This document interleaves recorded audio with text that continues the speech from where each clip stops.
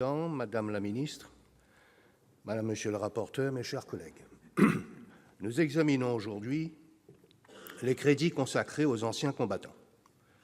Alors que se terminent les célébrations du centenaire de la Première Guerre mondiale, la dette que la Nation entretient à l'égard de ceux qui ont versé leur sang hier et aujourd'hui apparaît plus vivace que jamais. Je veux rendre hommage à nos vétérans et à leurs familles, de métropole et bien sûr de l'outre-mer, pour les sacrifices consentis à la défense de la France. La patrie leur en est reconnaissance. Les Français n'oublient pas ce qu'ils leur doivent. Il nous semble néanmoins que la reconnaissance de la Nation ne doit pas seulement être un vœu pieux ou une incantation. Elle doit être une action concrète au service de nos soldats, une contribution collective à leur bien-être et à celui de leurs familles. Si la diminution des crédits pour 2019 s'explique en partie par la baisse naturelle du nombre de bénéficiaires des différents dispositifs, nous serons vigilants à ce que cette baisse tendancielle ne représente pas un déclin des conditions de reconnaissance de la Nation. Vous nous rassurez sur plusieurs points, Madame la ministre. Vous avez pris des mesures fortes pour corriger des inégalités connues de longue date. Il s'agit par exemple de la revalorisation substantielle de 400 € de l'allocation de reconnaissance versée aux supplétifs de l'armée française en Algérie. Il s'agit également des mesures en faveur des enfants de harkis. Il s'agit enfin d'une mesure que nous avons longtemps attendue, l'octroi de la carte du combattant aux soldats présents sur le territoire algérien entre le 2 juillet 1962 et le 1er juillet 1964.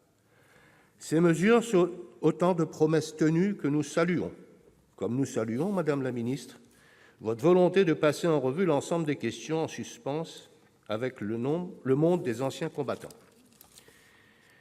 Nous espérons que cette concertation portera davantage de fruits à l'avenir.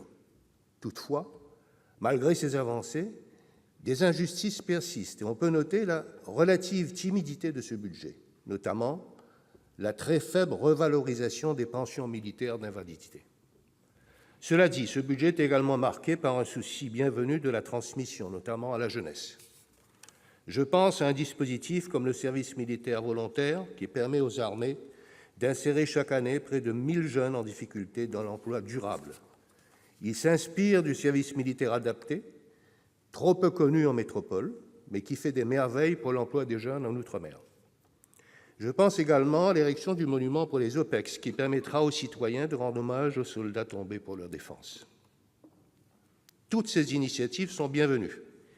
Néanmoins, il ne s'agit pas ici que de moyens budgétaires ou humains. Il s'agit au fond de réfléchir à ce que fait de nous une nation, aux valeurs qui justifient le combat, les blessures, le sacrifice ultime de nos soldats. Il s'agit enfin de mettre nos politiques de mémoire au service de l'avenir et d'un véritable projet de société par la transmission et le partage. Nous attendons donc avec impatience que se précise l'architecture du futur service national universel et surtout que soient enfin définies les modalités de son financement. Dans cette attente, mon groupe votera les crédits de cette mission en signe d'encouragement.